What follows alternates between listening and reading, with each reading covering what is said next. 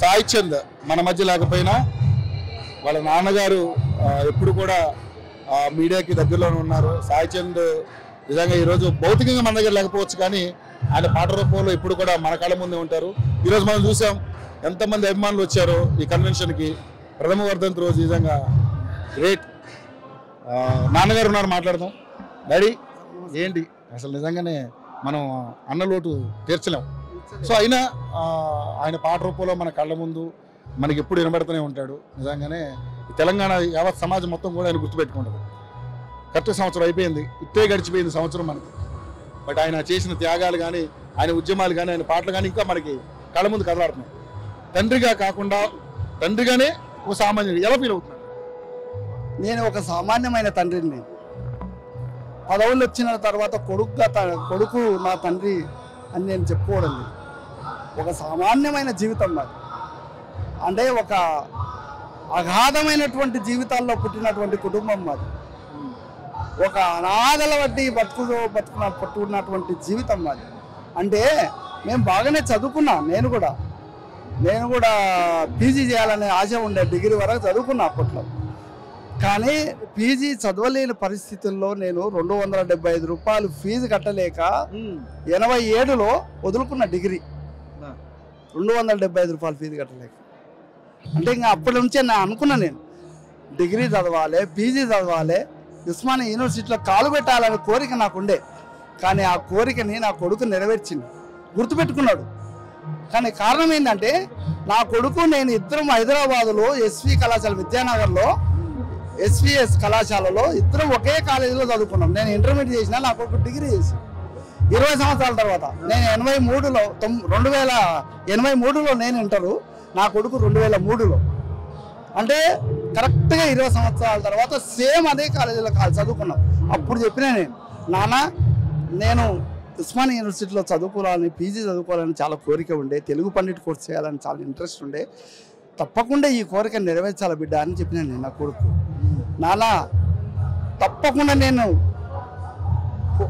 కళ నెరవేరుస్తాను అని చెప్పి 2007లో ఉస్మానియా యూనివర్సిటీలో లింగ్విస్టిక్లో తనకు సీటు సంపాదించుకొని ఫోన్ చేసిండు. నాన్న నీ కోరిక నెరవేరింది, నీ కళ నెరవేరింది, నీవు యూనివర్సిటీలో కాలు పెట్టాలనుకున్నావు, నేను అడుగు పెట్టాను, నీ కళ నెరవేర్చడం కొరకే నేను పీజీలో జాయిన్ అయినా అని చెప్పింది. చాలా గొప్ప మాట సార్ అది. ఆ మాట విని నా ఫ్రెండ్స్కి ఊళ్ళో అందరికి టీ తాపిన నేను. నా కొడుకు నా కళ నెరవేర్చింది. చాలా గొప్ప విషయం ఇది. అంటే ఒక రాజ్యం గెలిచినంత పని నాకు. అందుకంటే అది అంత గొప్పగా చదువు అంటే అంత అభిమానం నాకు. అంత ఉద్యోగం చేయాలని కాదు, ఉస్మానియా యూనివర్సిటీ తెలంగాణకు ఒక ఇది అనమాట. ఒక దాంట్లో చదివితే గొప్పగా తయారవుతారనే ఒక కళ ఉండేది కనుక అలాంటి కళను నెరవేర్చింది నాకు. అది చాలు నాకు. నన్ను బంగారు కుర్చీలో పెట్టి బంగారు పల్లెంలో అన్నం నిలబెడితే నేను నా కొడుకులు కాదనుకున్నాను. నేను ఎప్పుడు చాలు ఇలాంటివి నెరవేరిస్తే చాలు. నాకు ఏనాడైనా నా కొడుకు నన్ను తప్పకుండా ఆదరిస్తాడు, తప్పకుండా ప్రేమిస్తున్నాడు. ప్రేమించడే కాదు, పాద పూజ కూడా చేసిండు ఆయన. ఇంతకంటే గొప్పగా తల్లిదండ్రులకి ఇంకేముంటుంది? నాన్న నీవిచ్చిందే నాకు, నువ్వు లేకుంటే నేను లేను ఈ ప్రపంచంలో, ఈ భూమి మీద లేను. ఫస్ట్ జన్మనిచ్చినావు, చదువు నేర్పించినావు, పాట నేర్పించినావు, సంస్కారం నేర్పించినావు. ఇంతకంటే ఏం కావాలా నాకు? ఈ కారణంగానైనా మీ చేత మీది గురించి ఊహించుకుంటూ మా నాన్న పాట రాశాడు. అవును రాశాడు, అది గొప్పగా రాశాడు. అంతకంటే నేను నా జీవితంలో తల్లుల గురించి అందరు పొగిడింది. తల్లే దేవతన్నం అందరం అంటాం, మా తల్లిని కూడా నేను దేవతన్నం. అందరు తల్లుల్ని దేవతలుగా పూజించిన రోజుల్లో నాన్న కూడా ఒక పాత్ర ఉంటుంది పిల్లల మీద. నాన్న పాత్ర లేకుంటే బిడ్డలు ఇట్లా తయారు కాలేరు. తల్లి జన్మనిస్తుంది, ఆమె చదువు సంస్కారం నేర్పడానికి ప్రాధాన్యం ఇస్తుంది. కానీ గొప్పవానిగా తయారు చేయాలంటే తండ్రి యొక్క పాత్ర చాలా అవసరం. ఆయన జీవితాన్ని నేర్చుకోకపోతే, ఆయన జీవితాన్ని నేను చూడకపోతే నేను కొడుకునే కాదు అని నాన్న మీద ఒక హృదయం పెట్టి ఒక దినమంతా ఆలోచించి ఒక మిద్ద మీద కూర్చొని రాసిండట ఈ పాట. నాకు పాట రాసినప్పుడు చెప్పిండు, మా రజనీ చెప్పింది, మామయ్య నీ మీద ఒక అద్భుతమైన పాట రాశాడు అంటే ఏం పాటలు అనుకున్నాను. కానీ పాట పాడిన తర్వాత, వేదిక మీద పాడిన తర్వాత ఆడియన్స్ లో కూర్చున్నా నేను. ఆ రోజు ఇద్దరం వచ్చినాం ఒక సభకు. ఎప్పుడు 2007, 2006 ఆ ప్రాంతం మాట. ఇద్దరం వేదిక మీద ఇద్దరం వచ్చినాం. నీ మీద ఒక పాట పాడతాడు ఏంటంటే, నీ మీద గొప్పగా పాట రాసిండు, నీ జీవితం మీద పాట రాసిండు. ఏంటో అనుకుంటే ఆ పాట విన్న తర్వాత నా కళ్ళు చెమ్మగిల్లడమే కాదు, మహానందం వేసింది. ఇంతకంటే కొడుకులు నాకు ఏం తెచ్చిపెట్టారు, ఇది చాలా నాకు. నాన్నకు ఒక పెద్ద గౌరవం ఇచ్చాడు. అది ఈరోజు ప్రపంచమంతా నాన్న పాట విని సంతోషిస్తున్నారు, తండ్రులంతా సంతోషిస్తున్నారు. నాన్నల మీద ఇంత పాట రాసి గౌరవం ఇచ్చింది. నాన్న పాట ప్రపంచానికి ఒక వెలుగు. నాన్న లేకపోతే నేను లేను అని సాయి చంద్ చెప్పుకున్నాడు. మీ ఇంటర్వ్యూలో చెప్పుకున్నాడు. ఈ సార్ కూడా చెప్పింది ఆయన, నువ్వు నాన్న మీద ఎందుకు రాయాల్సి వచ్చింది పాట అని అడిగిండు ఏదో యూట్యూబ్లో. ఆయన ఏం చెప్పి ఒకటే సమాధానం చెప్పిండు, మా అమ్మ నాకు జన్మనిచ్చింది, అది మా నాన్న జీవితం నేర్పింది. మా నాన్న జీవితమే నాకు ఒక పాట, అది పాట రూపకంగా మా నాన్నకు అంకితం చేస్తున్నా చెప్పి చెప్పింది. అది చాలు కదా నాకు చాలా గొప్ప సంతోషం. ఈరోజు నాన్న పాట ప్రపంచం అంతా వెలుగుతుంది. నాన్న పాట పాడితే అదే మన ఆమె సింగర్, ఆమె సింగర్ పాట పాడినప్పుడు దళితుల కర్మ అప్పుడు ఆమె పాడుతుంటే వేల మంది ఏడ్చింది. నాన్న పాట పాడుతుంటే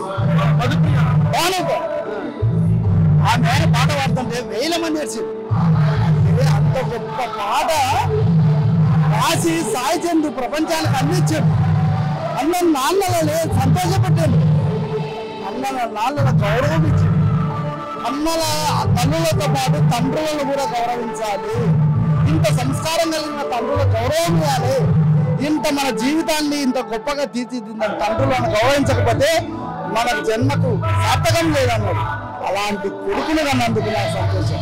కన్న తండ్రిగా మరి ఈరోజు సాయి చంద్రుని లేనందుకు మీరు ఎలా తట్టుకోగలుగుతున్నారా? ఆయన గుర్తులతో జ్ఞాపకాలతో గడిపేస్తున్నారా? ఆయన నాకు సంతోషం లేదు, కానీ జ్ఞాపకమే ఒక బలం. ఆయన పాట వింటేనే బలం. ఆయన పాట విన్న జనాలను చూసి బలం. ఆయన పాట విన్న ప్రేక్షకులను చూసి నాకు ఉత్తేజం. ఆయన పాట అంటే పడిసొచ్చే యువకులు ప్రజలు ఇక్కడ వచ్చిండ్రు కదా, వీళ్ళంతా ఎవరి కొరకు వచ్చిండ్రు? సాయి చంద్ పాట కొరకు, సాయి చంద్ కొరకే వచ్చింది. అంతేగాని ఒక గొప్ప నాయకుడను గొప్ప పాటగాడు కాదు. సాయి చంద్ పాట అంటే మా ప్రాణం. మా తల్లుల్ని, పిల్లల్ని, పిల్లలు అందరూ వదిలిపెట్టి సాయి చంద్ సభకు వస్తాము, వింటాము, పోతామన్నారు. వాలంటీర్కి వచ్చింది అంతకు, ఎవరు పిలవలే. ఇది చాలు కదా సాయి చంద్కు ఇవ్వాలి. సాయి చంద్ను చూసి బతకడం అంటే ఇదే నా జీవితం.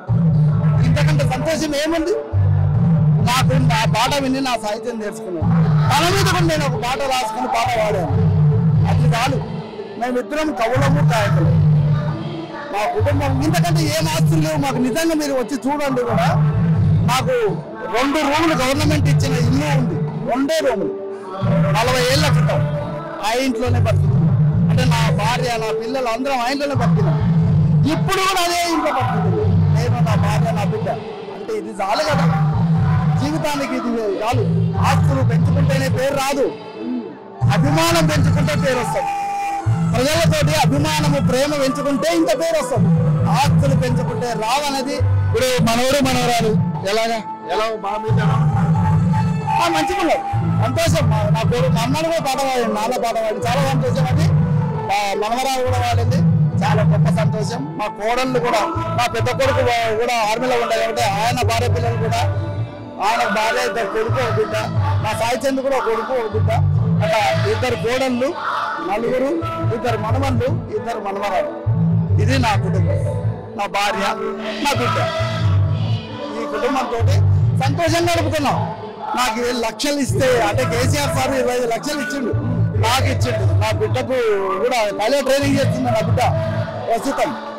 నా బిడ్డకు కూడా 25 లక్షలు పెట్టింది. అంటే మీరు మంచిగా బతకాలి. సాయి చంద్ర అంటే మీరు మంచిగా బాధపడకుండా తింటుండ్రు కనుక అలాంటి బాధ లేకుండా తినాలి.